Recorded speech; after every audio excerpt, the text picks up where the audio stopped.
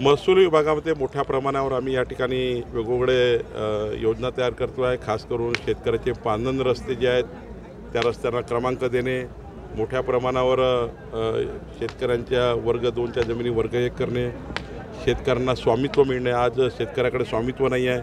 प्रत्येक शेतकऱ्यांना आम्ही ॲग्री स्टॅकमध्ये घेतो आहे। त्यांचा एक मोठा त्यांना स्मार्ट कार्ड देतो आहे।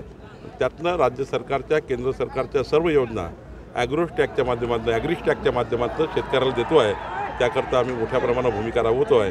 महसूल खातं हे लोकाभिमुख आम्ही करणार आहोत आणि मोठ्या प्रमाणावर महाराष्ट्राच्या महसूल खात्यामध्ये सुधारणा होणार आहे। आरोपपत्र निश्चित झाले, एक नंबरचा आरोपी आहे। त्याकरता ज्या काही चौकशा देवेंद्र फडणवीस सरकारने लावलेल्या आहेत त्या पूर्ण काम करतात आहे। मला विश्वास आहे की कोणताही आरोपी सुटणार नाही आणि कोणीही जे शिक्षा दिली गेली पाहिजे, कुठलाही पुरावा सुटणार नाही, कुठलाही आरोपी सुटणार नाही आणि आरोपी फाशीपर्यंत नक्की जातील असा मला विश्वास आहे।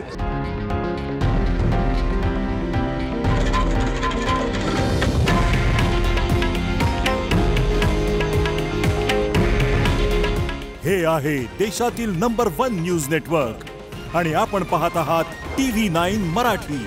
काळजी तुमची, हित महाराष्ट्राचं।